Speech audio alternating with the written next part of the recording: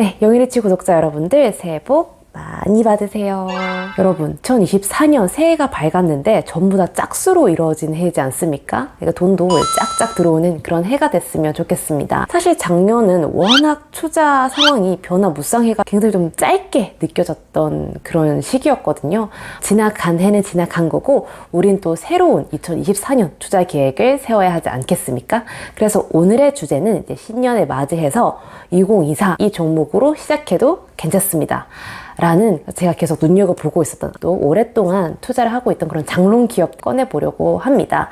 투자를 쉬고 계시다가 다시 들어오시려는 분들 아니면 새롭게 투자 포트폴리오를 짜보시려는 분들께 도움이 될 것 같아서 영상을 준비하게 되었습니다. 사실 시장은 예측하지 말라고 하잖아요. 단기로 볼수록 질 수밖에 없는 주식시장인데 그래도 감히 한번 예측 아닌 예측을 한번 해보자면 2024년의 시작은 나쁘지 않을 것 같아요. 왜냐하면 CMA 대기 자금이 역대 최다라고 합니다. 그 말은 뜻은 이제 예금에 넣어놨던 돈들, 적금에 들어왔던 돈들, 혹은 뭐 어디 꽁기꽁기 났던 돈들을 매수 대기 자금으로 놔뒀다는 뜻이죠. 아마 파월이 금리를 인하한다는 이 말을 굉장히 기다리고 있을 것 같습니다.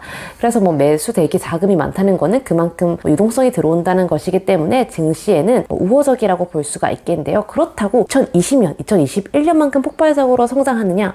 그건 힘들 것 같아요. 왜냐면 거기다가 플러스 레버리지 지렛대까지 같이 밀고 올라가야 폭발적인 성장이 가능한데 지금 시기는 레버리지를 사실 쓰면 안 되는 시기이기도 하거든요. 금리가 인하할 거야 라고 기대를 하지만 인하를 하더라도 여전히 고금리인 거는 마찬가지인 상황이잖아요. 금리 자체가 높기도 하고 기업들뿐만 아니라 가계, 국가 내외에서도 부채 문제로 골머리를 쌓고 있는 상황입니다. 그래서 여러분들도 투자를 하실 때 이전보다 금리가 낮아졌다고 하더라도 대출을 받아서 투자를 하신다거나 무리해서 대출하시는 것들은 지양하셨으면 좋겠습니다. 한마디로 요약하자면 순항을 하되 폭탄이 도사리고 있는 시장이다 라고 여겨집니다. 그 폭탄은 방금 말씀드린 부채와도 연관이 있는데요. 미국도 심각한 국가 부채에 시달리고 있고 한국은 가계부채 그리고 더 나아가서 PF와 연관된 기업의 부채 문제가 도사리고 있습니다. 한 며칠 전에 태원건설 그 워크아웃을 신청했다라는 그런 기사를 본 적이 있었는데 개인적으로 투자를 했던 그런 기업이었고 또 대시양으로 유명한 건설사잖아요. 대형 건설사에서 워크아웃을 신청했다는 것 자체가 지금 거의 부채의 한계 끝까지 다다랐다라고 볼 수가 있거든요. 뭐 파산까지 가지 않은 게 어딨냐라고 할 수도 있겠지만 사실상 기업이 그런 위험에 도사렸다는 것은 그 대형 기업과 관련된 거의 수십 개 아니 수백 개의 협력 업체의 생명줄도 같이 달려있는 것이게 됩니다. 그리고 그 기업이 부채를 못 갚았을 시 투자를 해줬던 은행이라든지 금융권 역시도 같은 피해를 또 함께 되는 거고요. 이는 결국에 그곳에서 일하는 사람들의 소득을 감소시키고 소득의 감소는 결국에 소비를 감소시키고 그럼 당연히 투자 여력도 떨어지게 되겠죠. 주식시장도 하나의 생물과도 같기 때문에 그런 분위기는 또 투자자들의 심리에 굉장히 영향을 끼칠 수밖에 없습니다. 그래서 엄청나게 내 비중을 늘려야 돼 이런 것보다도 수익은 챙길 수 있으면 챙기되 안전한 기업에 적립식으로 꾸준히 모아가는 그런 전략을 쓰시는 게 더 좋을 것 같다라는 제 개인적인 의견을 말해보겠습니다. 그래서 여러분들이 기업을 선별할 때 있어서도 앞으로는 부채 비율을 꼭 한번 확인해 보셨으면 좋겠어요. 적정한 것 같은데 잘 모르겠다 하시는 분들은 구글에 그 기업에다가 부채 쳐봐도 되고요. 혹은 그 기업이 주식담보로 대출을 했는지 전환사채 혹은 채무 보증 이런 거를 좀 했는지 살펴보시고 만약에 그 이유가 신규 공장을 증설하거나 진짜 하는 신사업 투자가 아니라 뭔가 아리까리한 그런 거라면 투자를 좀 보류하셨으면 좋겠다라는 생각이 듭니다. 그래서 이번에 말씀드린 기업들도 웬만하면 부채 비율을 100 이하 아니야 거의 80 이하로 좀 맞췄고요. 재무가 튼튼한 건전한 기업 위주로 선정을 하게 되었습니다. 그럼 본론으로 넘어가서 2024년 들고 가볼 만한 기업은 바로 반도체 업종의 삼성전자 그리고 TLB입니다. 지금 반도체 업종이 휘몰아치고 있어요. AI로 시작해서 DDR5, HBM, 온디바이스, 이번에 CXL까지 새로 신기술이 나올 때마다 소부장 기업들이 상가를 가고 엄청나게 높은 수익률을 보이고 있는데요.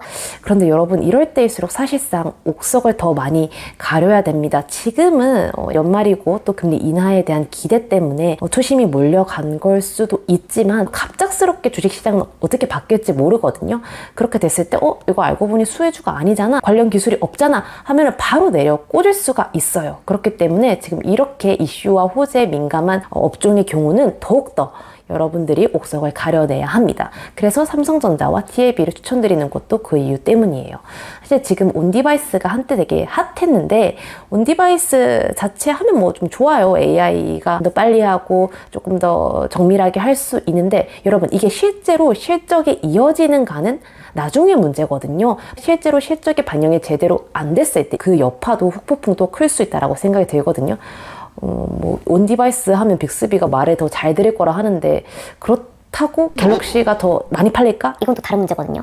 소비를 하는데 다양한 요소가 섞여 있으니까 이런 것들을 좀 유념을 하셨으면 좋겠고, 그리고 요새 핫한 CXL 역시도 원천 기술은 우리나라가 갖고 있는 게 맞습니다. 우리나라 스타트업이 갖고 있고 이걸 우리나라가 우선적으로 개발을 하고 있는 것도 맞는데, 아직까지 상용화된 건 없어요. 그리고 상용화를 할 수 있는 장비를 만드는 기업도 아직은 완성되지가 않았습니다.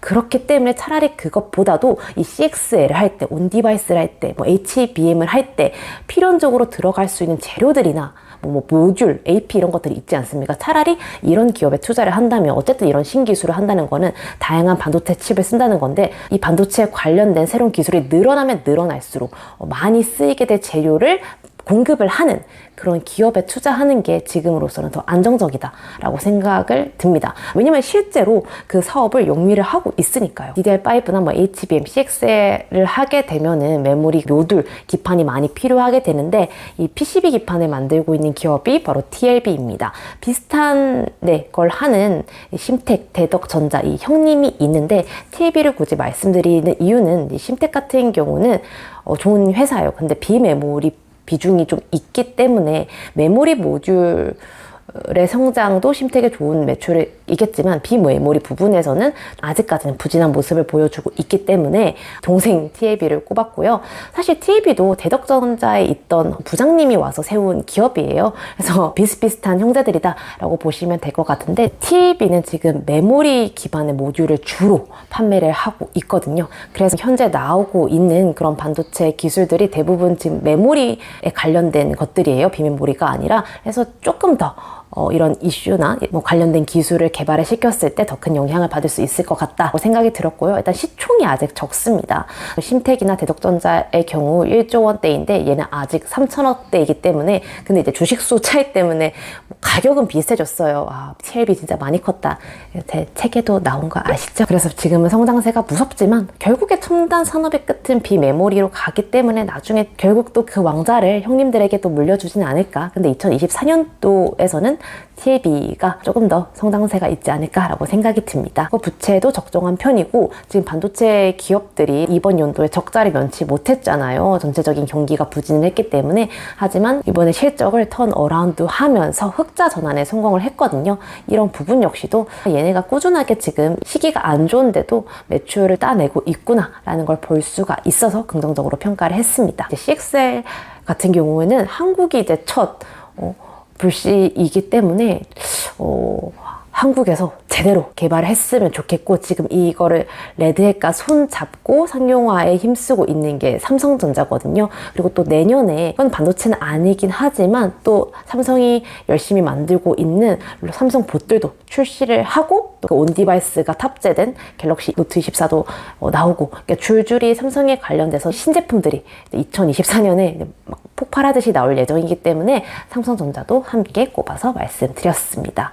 재용 용해해 되길 바라겠습니다. 다음은 2차전지 업종에서 한 가지를 말씀드리려고 하는데요. 사실 2차전지가 지금 고전을 면치 못하고 있습니다.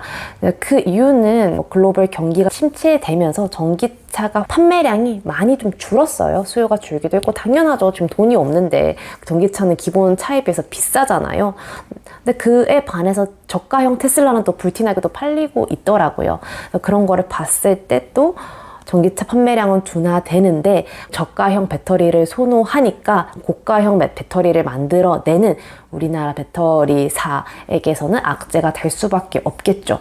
이런 것 때문에 주가가 하락을 하고 있지만, 사실 이 전기차 확산은 막지 못할 거예요. 일정 시간이 지나서 이게 정말 보편화가 된다면 지금의 전기차 기업들의 시총은 상상도 하지 못할 정도로 변해 있을 거라고 생각을 합니다. 우리가 처음에 이 반도체 IT 기업들이 이렇게 변했지 몰랐던 것처럼요. 하지만 그 시기는 단정을 지을 수가 없겠죠. 글로벌 경기랑 같이 봐야 되는 부분이기 때문이에요.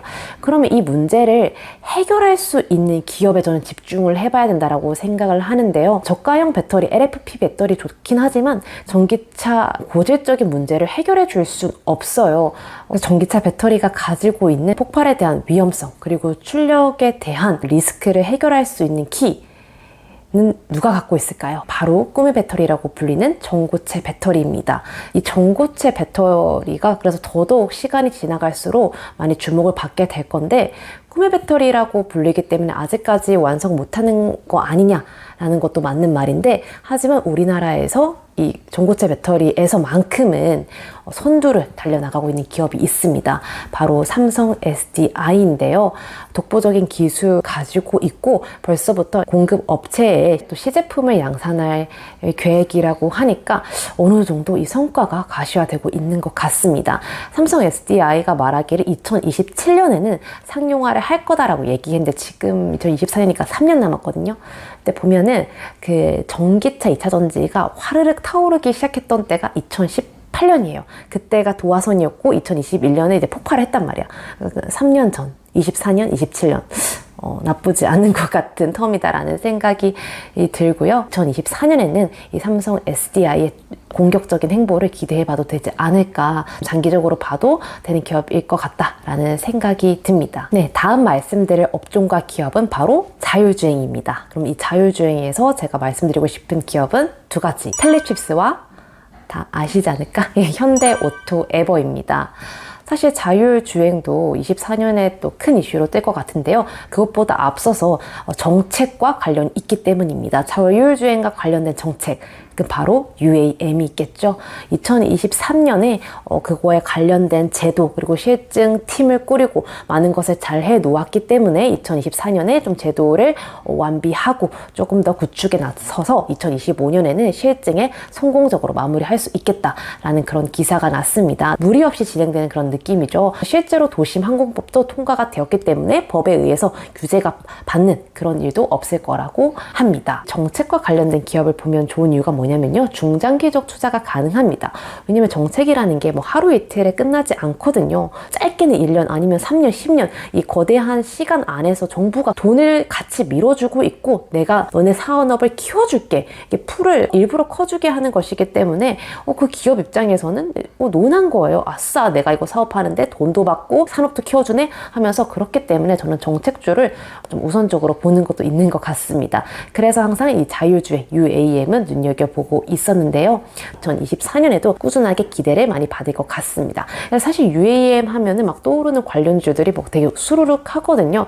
근데 사실상 진짜 이 한국의 KUAM에 참여하는 팀은 대부분 대기업이에요. 뭐 현대차나 SKT가 많이 하고 중소기업들 중에서는 베셀만 유일하고 나머지는 사실상 뭐 드론을 만든다든지 드론의 날개를 만든다든지 이런 거지 직접적으로 하는 기업은 많지 않습니다. 그래서 테마로 있기 때문에 조금 위험성이 있고요. 그래서 EM에 사실상 투심을 받으면 자율주행도 같이 투심을 받거든요. 기존 사업도 탄탄하게 영위하고 있으면서 정책과 맞물려서 계속 투심을 같이 받을 수 있는 자율주행과 관련된 그런 기업을 꼽았습니다.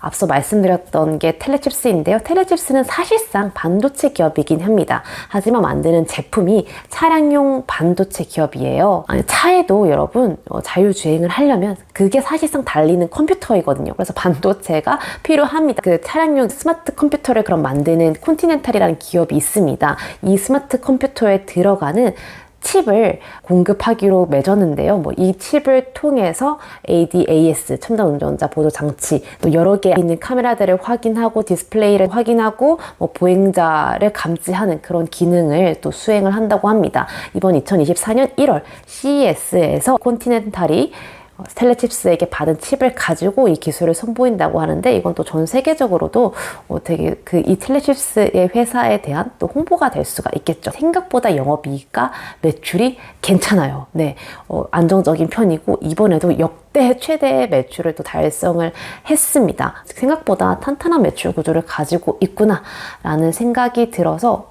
합격점을 주게 되었습니다. 사실상 자율주행차, 전기차가 늘어남에 따라서 고성능 반도체 칩도, 차량용 반도체 칩도 필요하게 될 거거든요. 그래서 컨티넨탈이 만들었던 것처럼 이걸 HPC라고 하는데 이거를 자신도 2028년도에 만들어서 국산화를 계획을 세웠더라고요.